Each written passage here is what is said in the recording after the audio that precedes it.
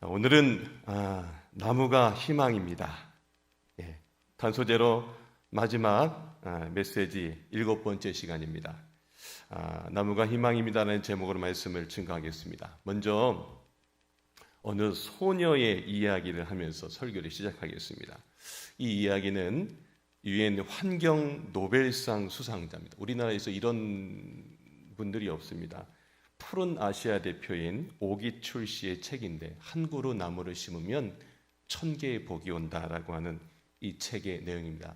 제가 이 책을 읽으면서 참 많은 감동을 받았습니다. 저자가 15년 전 몽골의 수도 울란바토르에 있는 한 쓰레기 매립장을 방문했다고 합니다. 성냥을 그으면 공중에서 화르르 타버릴 것 같이 건조한 날씨 속에 쓰레기를 가득 실은 차가 이 매립장에 들어옵니다. 화면을 좀 보십시오. 뿌연 먼지 구름과 매캐한 연기 속에 저자는 마스크를 쓰고도 목이 따가워서 연신 기침을 하지만, 어른들 틈 사이로 재활용 쓰레기를 줍는 아이들은 마스크는커녕 신발도 제대로 신지 않은 채 왁자지껄합니다. 다음 사진 보십시오. 쓰레기차가 멈추고 쿵 소리와 함께 적재함이 뒤로 넘어가며 먼저 돈이 되는 쓰레기를 선점하기 위해서 아이들이 막 달려갑니다. 그런데 한 소녀가 타미르! 타미르! 하는 이름을 부르면서 비명을 지릅니다. 순간 아이가 쓰레기 더미에 파묻혔는지 알고 저자가 막 호급지겁 달려갔는데, 여자아이가 5살 동생에게 야단을 치고 있습니다. 다행히 동생 타미르는요, 우산 모양이었습니다. 그런데 타미르라는 아이는 양손에 이 공병을 연신 흔들면서 방긋 웃고 있었답니다. 타미르의 가족은 몽골 남부 초원에서 유목 생활을 하다가 가축이 죽는 바람에 이곳에 왔다고 합니다. 그들처럼 도시로 떠밀려온 유목민들은 대부분 쓰레기 매립장 주변에 정착하는데, 이 지역이 20만 명이 사는데 무려 절반 10만 명이 다 그런 사람들입니다. 정부는 이들을 불법 이주민으로 규정하고 수돗물과 전기를 아예 공급하지 않는다고 합니다. 이들이 바로 환경난민, 바로 기후약자입니다. 남미의 아버지는 유목민에서 갑자기 난민 신세가 되어 버린 이 현실을 견딜 수가 없어서 매일 이러면서 그냥 술이나 늘 먹으면서 술에 취해 살고 있고요. 늘 가축의 젖을 짜서 먹던 그들은 이제 도시에서 우유를 사 먹게 됩니다.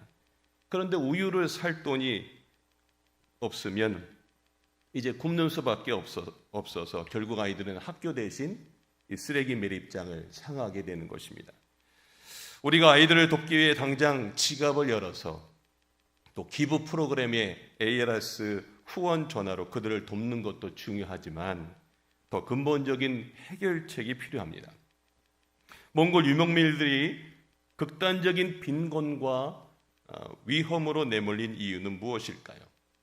그것은 바로 삶의 터전이 사라졌기 때문입니다.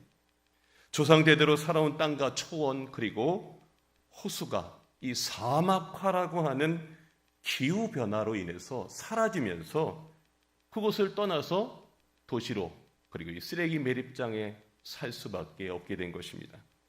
그런데 기후변화는 이 산업화 이후에 성장해온 자본주의의 결과입니다. 우리가 계속해서 우리 설교를 통해서 우리가 이제 인지하게 되셨죠? 그럼에도 불구하고 그 피해가 산업화와는 거리가 먼 저 자연 환경에 참 좋은 아프리카나 아시아에서 고스란히 나타나고 있다는 거예요. 그런 점에서 우리는 타미르라고 하는 이 아이들을 쓰레기 매립장으로 내몬 장본인이라는 혐의에서 결코 자유롭지 못합니다. 수많은 전자제품으로 편리한 생활을 누리고 자동차를 타고 날마다 새로운 물건을 사서 쓰고 쓰레기를 만들어내는 탄소 사회의 일원이기 때문입니다. 따라서 이 아이들을 위험천만한 쓰레기 매립장에서 구해내야 할 의미도 우리에게 있다라고 저자는 강력하게 호소하고 있습니다. 저는 이 책을 읽으면서 참 가슴에 와닿았습니다. 오늘 제가 여러분과 나누고 싶은 나무를 심는 일, 이것은 지구와 인류를 지키는 거창한 문제만이 아닙니다. 그것은 어린아이가 굶지 않고 쓰레기 더미 위험 속으로 가지 않게 하는 일이고, 유목민이 일자리를 잃고 성실한 가장이 술에 취하지 않고 일상의 삶을 살아갈 수 있도록 하는 일입니다. 또 아이와 엄마가 함께 따뜻한 잠자리에 들 수 있게 하는 일이죠. 이것이 결국 수만 명의 타미르와 같은 아이들을 구하는 일이고 지구를 구하는 일의 작은 걸음입니다. 그동안 탄소제로 녹색교회의 주제로 6번의 설교가 이 기후위기 중에 이 탄소가 덜 나오게 하기 위한 일들을 위해서 많은 준비를 했어요. 그런 설교를 들었습니다. 그런데 오늘은요, 탄소를 흡수하는 그 포집이라고 하는 포커스에 맞춰서 말씀을 전하는 시간입니다. 사진 하나 좀 보십시오. 뉴스를 보니까 전기자동차 테슬라의 일론 머스크 회장이 1억 달러 상금을 걸면서 관심 갖고 있는 것이 있습니다. 또 세계 기업인들이 관심 갖고 있는 것들이 바로 이산화탄소 포집 기술입니다. 여러분 1억 달러입니다. 대단합니다. 자, 이산화탄소 포집 기술은 탄소를 줄이기 위해서 세 가지 과정을 거치는 건데, 이제 먼저 포집을 합니다. 그래서 막 이제 모아서 그것을 이제 가열을 해서 이산화탄소를 분리하는 거예요.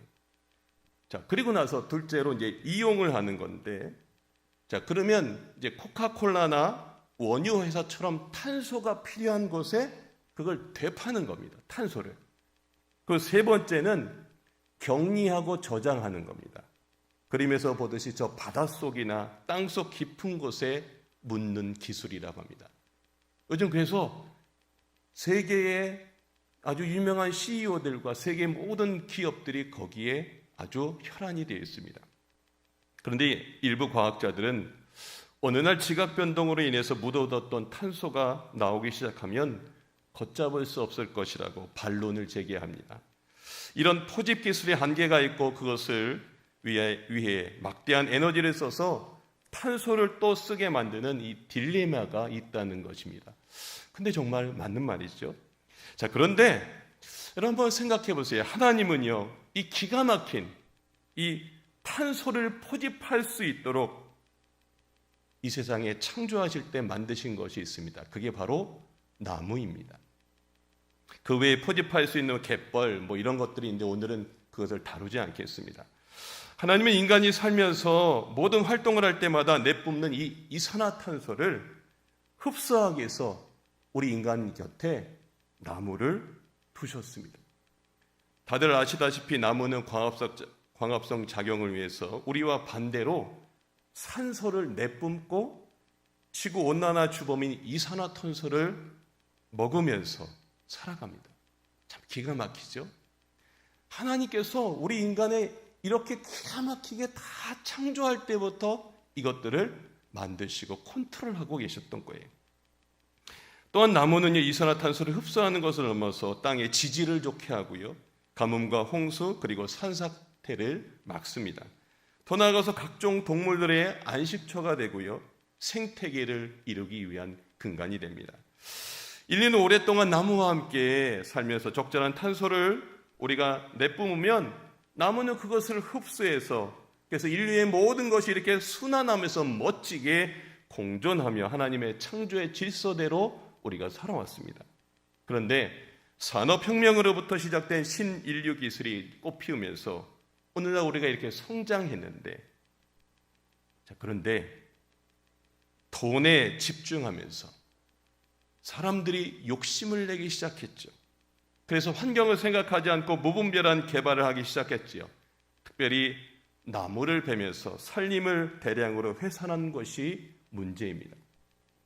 결국은 이제 이것이 부메랑이 돼서 지금 우리가 기후위기를 맞게 된 것입니다.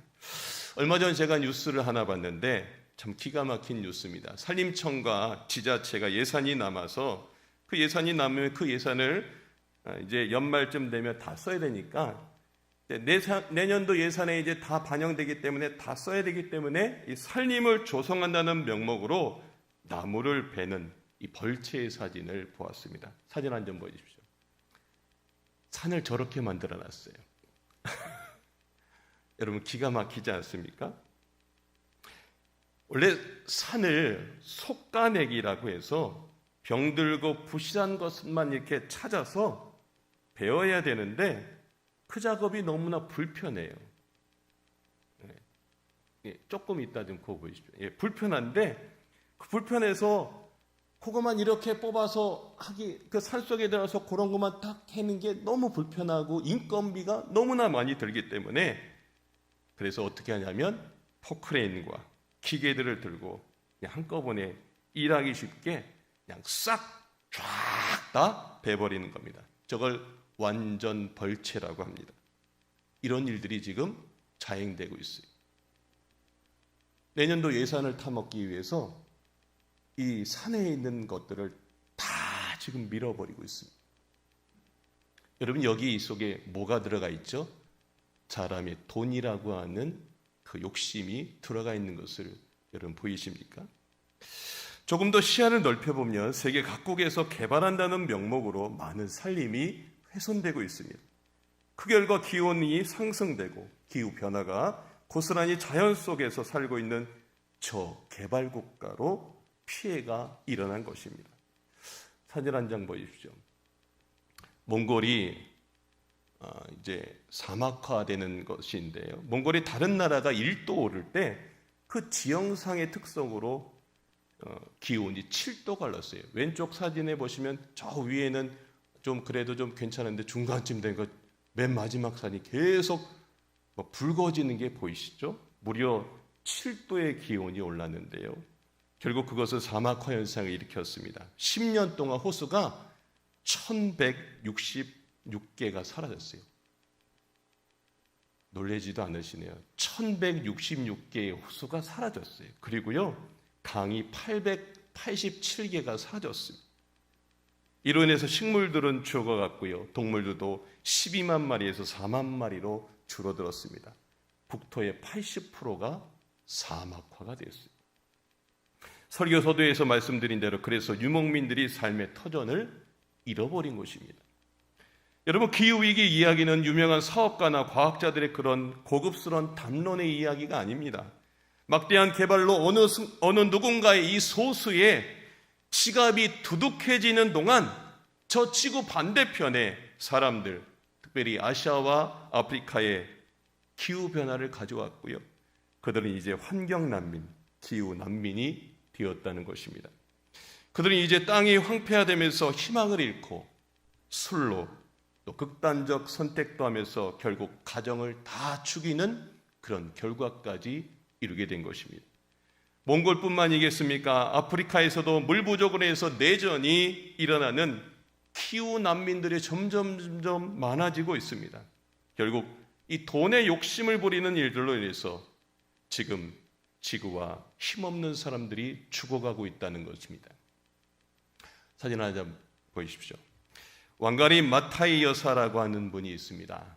이분이 사막화되어가는 아프리카 땅을 살리기 위해서 나무를 3천만 그루를 심은 여인입니다. 그녀는 검은 땅에 푸른 희망을 심은 공로로 2004년 노벨 평화상을 받으면서 그녀는 이렇게 외쳤습니다. 숲에 불이 나면 모든 동물이 도망갑니다. 그런데 달아나지 않고 숲을 지키는 동물이 있습니다. 사진 좀 보여주십시오. 바로 벌새입니다. 손가락 한마디 정도의 세상에서 가장 작은 새, 저 벌새가 숲에 불이 나면 개울가에서 그 작은 부리로 물을 머금고 와서는 불붙은 나무 위에 그 물을 뿌립니다. 숲을 집어삼킬 수도 있는 큰 불에 비하면 저 벌새의 이런 행동이 하찮게 보일 수도 있습니다. 나는 이 벌새에게서 인류가 가야 할 길을 찾을 수 있다고 생각합니다. 60억 인류가 벌새가 되어 한 사람 한 사람의 평생 나무 10그루를 심는다면 지구 온난화 문제를 해결할 수 있다고 봅니다. 저 왕가리 마타이 여사가 한 말입니다.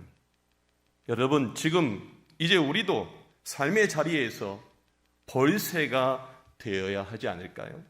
그 미미한 행동이 어떤 결과를 가져왔는지 지금부터 잠시 사진들을 보겠습니다. 사진을 좀 보여주십시오. 네, 몽골의 고비 사막입니다. 저 황량한 사막에 다음 사진 보십시오. 저렇게 한국의 여기 푸른 아시아, 아까 제가 처음에 보여줬던 그 푸른 아시아, 그리고 유한 킴벌리 그런 분들이 나무를 저렇게 심었어요. 다음 사진 보십시오. 또 저렇게 나무를 또 심었습니다. 예, 보여주십시오. 그래서 이제 10년, 15년이 지났더니 이제 키가 10m까지 그렇게 자랐습니다. 여러분, 이 과정에서 많은 시행착오가 있었다고 합니다. 지하수를 끌어와도 나무가 금방 말라 죽는 겁니다. 나무를 지속적으로 관리할 현지 인력이 부족해서 기껏 만든 숲이 다시 이 모래 사막으로 변하기도 했다고 합니다.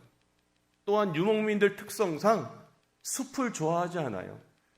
쫙 눈에 보이는데 이 숲이 있으니까 늘 가로막히거든요. 그래서 숲을 좋아하지 않고요. 또 가축들이 이 나무를 먹어도 그냥 방치해요. 그리고 일부는 자기네들 그 땔감으로 쓰기도 하고요. 그래서 울타리를 치고 나무에 대한 인식 개선을 했답니다.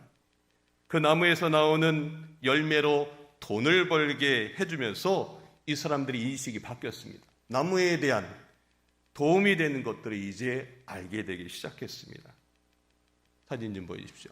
연구에 의하면 잘 자란 나무가 1년에 미세먼지 36g을 흡수한다고 합니다.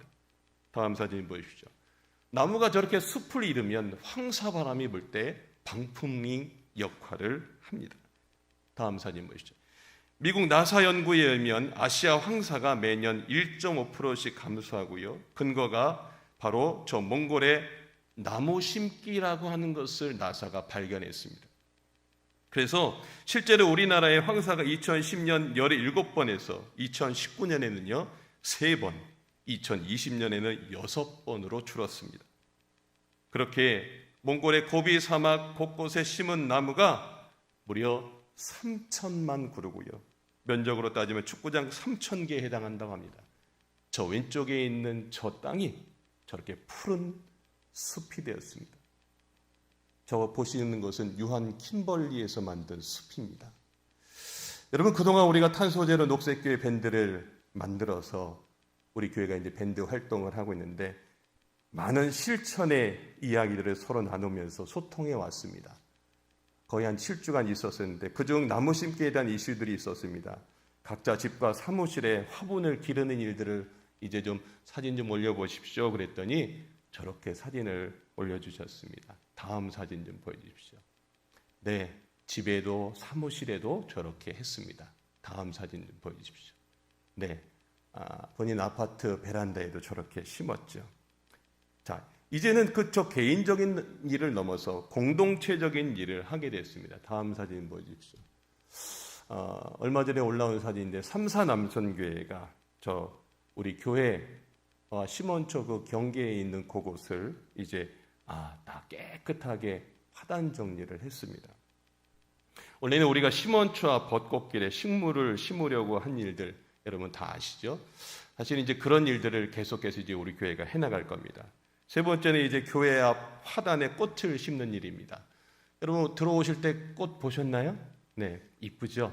네, 그 꽃, 저 오른쪽 사진을 보면 그 꽃 앞에 저렇게 이제 뭐 선교면 선교회, 속회면 속회, 그 뜻을 맞는 분들이 거기에다가 뭐 토마토도 심고 하여튼 여러 가지를 심는 일들을 이제 저희들이 하려고 합니다. 자, 우리가 이런 것들이 작은 벌새와 같은 일이라고 생각됩니다. 근데 이제 이 일을 조금 더 넓게 그리고 길게 바라보면서 10년, 20년, 30년을 내다보며 해야 될 일들이 있습니다. 첫 번째는요, 종이를 무분별하게 쓰지 않도록 경각심을 가져야 합니다. 여러분, 우리가 쓰는 종이가 나무에서 나오는 건 다 아시죠? 우리가 나무를 심지 못하면 반대로 나무를 베지 않도록 우리 삶에서 나무에서 나오는 이 종이를 무분별하게 쓰지 않도록 경각심을 가져야 합니다. 일회용 컵 쓰지 않도록, 그래서 여러분들 다 지금 텀블러들 이렇게 쓰고 계시고 또 저희들이 탄소제로 컵도 이렇게 주고 있는데 계속해서 우리가 그냥 교회에서만 이렇게 하는 게 아니라 내 일상의 내 일터에서도 계속해서 텀블러와 다회용 용기들을 사용하셔서 여러분들이 써주시기 바랍니다. 그리고 종이도 이면지를 활용해 보시면 참 좋겠습니다. 두 번째는요, 산불이 나지 않도록 각별히 신경 써야 합니다. 이번에 통해 울진 산불 보면서 정말 너무 가슴 아프지 않습니까? 이런 일들이 다시 일어나지 않도록 우리가 각별히 조심해야 되겠습니다. 세 번째는요, 나무 심기입니다. 식목일이 아니어도 좋습니다. 자신의 생일이나 기념일에 나무를 심어 보시고 그것이 힘들면 나무 심는 단체에 기부하는 일에 동참해 주시길 바랍니다. 얼마 전 우리 밴드에도 올라왔는데 우리나라의 산불난 지역, 또 살림없는 지역의 나무 심기 프로젝트에 내가 나무를 심을 수 없으면 그런 곳에 기부하면서 동참하는 거예요. 또 이제 우리나라를 넘어서 지구촌 곳곳에 푸른 아시아와 같은 이런 단체 속에 세계 곳곳에 지금 미얀마와 아시아와 아프리카 곳곳에 나무 심기 프로젝트를 하고 있습니다. 여러분들 그런 곳에 동참하시고 함께 기부해 주실 때 우리가 정말로 늘 썼던 전자제품과 거기서 나왔던 그 탄소로 인해서 기후 난민이 된 이들을 우리가 함께 아파하고 그들을 위해서 돕는 일들이 바로 그런 일입니다. 그리고 네 번째 중요한 일인데요. 이제 그동안 많이 벌었던 소수의 재력가들, 또 정치인들, 국가가 이 일에 함께 해야 돼요.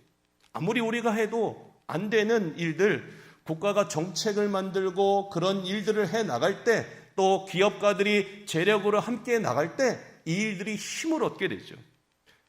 또 다섯 번째는 기후위기 증인이 되어 있는 것입니다. 왕가리 마타 여사가 이제 생전에 있을 때 계속해서 아프리카 땅에 계속 영향력이 있었는데 이분이 돌아가시고 나서 이 일들이 주춤되고 말았습니다. 근데 그 일을 다시 시작하는 이가 있습니다. 사진 한 장 보십시오. 독일의 펠릭스라고 하는 소년인데요. 9살 때부터 150억 그루를 나무를 심은 소년입니다. 유엔에서 연설하면서 많은 이들에게 정말 경각심을 줬는데요. 결국 이 소년이 외침 때문에 세계 나라들이 이런 일들이 벌어졌습니다. 다음 사진 보십시오.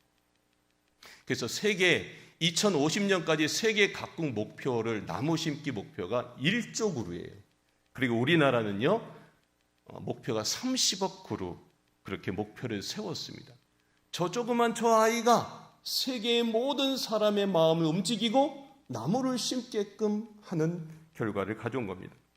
이렇게 각종 유튜브나 기사와 자료들을 내 지인들에게 그냥 홍보해 주시는 것, 정말 이게 너무나 중요해요.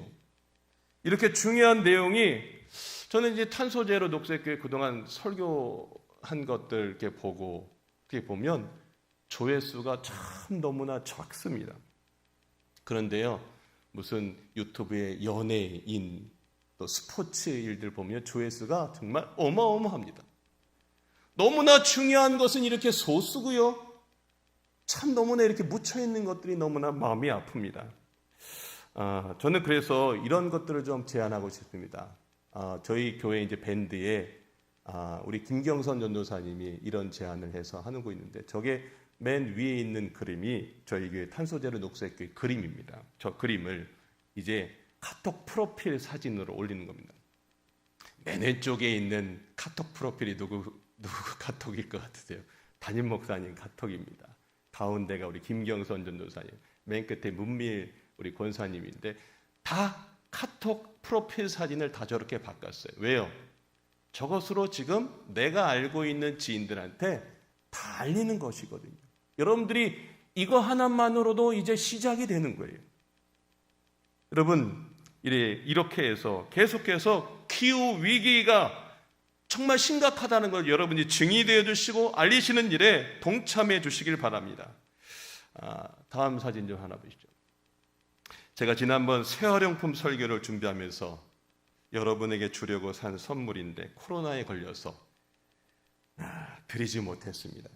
제가 지금도 이렇게 갖고 왔는데, 왼쪽부터 보면 첫 번째, 저게 이제 에코파티 메아리라고 우리나라 아름다운 가게 첫 업사이클링 가게에서 제가 산 거예요. 맨 왼쪽은요, 신문으로 만든 연필입니다. 연필 세트.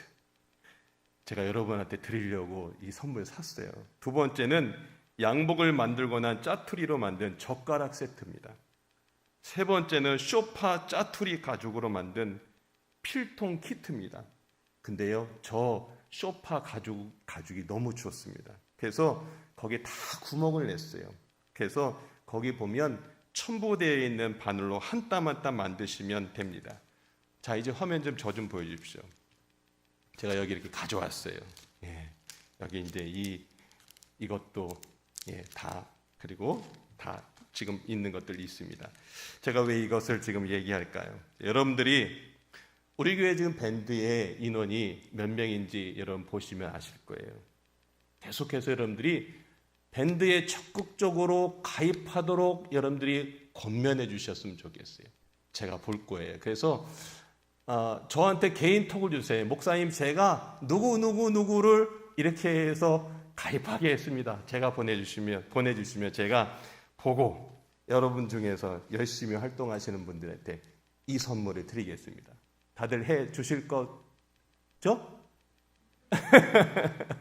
예, 해 주시리라 믿습니다. 예, 제가 왜 이런 일들을 제가 이렇게 할까요? 결국 사람들이 알아야 하고 너무나 중요한 이름을 인식할 때 각자의 삶에서 기후위기의 경각심과 탄소를 줄이고 나무를 심으면 이 땅을 푸르게 물들이는 결과로 나타날 것을 제가 알기 때문에 이렇게 하는 것입니다. 자, 오늘 마가복음 4장 31절 32절 말씀에 이런 말씀이 있습니다. 화면 좀 보여주십시오. 겨자씨 한 알과 같으니 땅에 심길 때에는 땅의 모든 씨보다 작은 것이로되 심긴 후에는 자라서 모든 풀보다 커지며 큰 가지를 내나니 공중의 새들이 그 그늘에 깃들일 만큼 되느니라. 여러분, 이 말씀처럼 작은 겨자씨 하나가 결국은 큰 나무가 되어 새들이 깃드는 일들로 분명히 이루어질 것입니다. 예수님은 이 땅에 그 겨자씨가 되어주셨고요, 큰 나무가 되어서 약자들에게 그늘이 되어서 그 모든 이들을 품으시고 그 모든 이들을 치유하셨습니다. 오늘 우리가 읽은 마태복음 9장 35절 말씀입니다. 예수께서 모든 도시와 마을에 돌아다니사 그들의 회당에서 가르치시며 천국 복음을 전파하시며 뭐 했다고요? 모든 병과 모든 약한 것을 고치시니라. 여러분, 예수님의 마음이 들여다보이지 않으십니까? 그 약자들을 위해서 하늘 보좌를 버리시고 이 낮고 낮은 곳에 오셔서 그들을 사랑으로 대해주셨고요, 당신의 능력으로 온전히 세워주셨습니다. 마치 연약한 나무에 물을 주고 이 지지대를 대어주고 다시 스스로 자라날 수 있도록 예수님이 그 역할을 하셨습니다. 이제 우리는 이 돈이라고 하는 포커스에서 생명이라고 하는 포커스로 전환해야 합니다. 나무를 심어본 사람들은 압니다. 그 나무가 살아나도록 신경을 쓰고 마음을 쓰는 그 마음, 그것이 우리 주님의 마음입니다. 주님이 2000년 전 나귀를 타고 예루살렘에 입성하셨습니다. 수많은 사람들은 저분이 정말 이 나라를 구원할 메시아로 생각하면서 겉옷을 깔고 종려나무를 흔들면서 호산나 호산나를 외쳤습니다. 사람들은 당장에 먹고 사는 일, 이 나라의 독립을 머릿속으로 생각했지만 예수님은 지금의 당장 먹고 사는 일보다 더 먹고 사는 일도 중요하지만 더 근본적인 인류의 근원을 위해서 나무에 달리셨습니다. 십자가 나무에 달리면서 우리 인류 안에 있는 욕심에서 벗어나도록, 그 욕심이 잉태된 죄를 해결하도록 자신의 목숨을 미랄처럼 주셨습니다. 그 하나의 작은 겨자씨 같은 이 사건은 지금 온 인류를 새롭게 하였고 구원의 길을 놓으셨습니다. 죽음에서 생명으로 나아가도록 길을 여시며 이 땅만 바라보며 욕심만 부리는 우리 인생을 이제는 저 천국을 바라보며 서로 하나됨이라는 것을 가르쳐 주셨습니다. 푸른 의의 나무가 곳곳에 꽃을 피우며 열매를 이루고 숲을 이루도록 예수님의 그 작은 벌새 같은 행동이 그런 역사를 이루었습니다. 예수님이 이 땅의 희망입니다. 예수님이 약자를 돌보셨던 그 마음이 결국에 세상을 푸르게 변화시키듯이 이제 나무 심기가 희망입니다. 나무 심는 이 작은 행동이 결국은 기후약자를 살리고 지구를 살리고 가정을 살리고 결국엔 나를 살리는 일입니다. 그 작은 실천이 지금은 미미한 것 같지만 10년, 20년이 지나면 아름다운 숲이 되고 그곳에 다시 동물들이 모이고 그곳에 다시 유목민들의 삶의 터전을 삼고 살아갈 날을 이루게 될 것입니다. 스피노자가 내일 지구의 종말이 올지라도 나는 오늘 한 그루의 사과나무를 심겠다 했던 것처럼 벌새 한 마리는 미약하지만 수백만, 수천만이 모이면 큰 힘을 발휘하듯이 이제 우리가 작은 벌새의 몸짓이 되어 오늘 눈물로 한 알의 씨앗을 심어보기를 소망합니다. 언젠가 그날에 우리가 보게 될 것입니다. 다시 푸르고 푸른 이 지구가 회복되고 기후약자가 없이 우리 모두가 다시 웃으며 다시 행복하게 삶을 살아갈 날이 반드시 올 줄로 믿습니다. 이 귀한 비전을 붙들며 이 땅을 푸르게 물들이며 나아가는 우리 모든 성도님들 되시길 주님의 이름으로 축원합니다.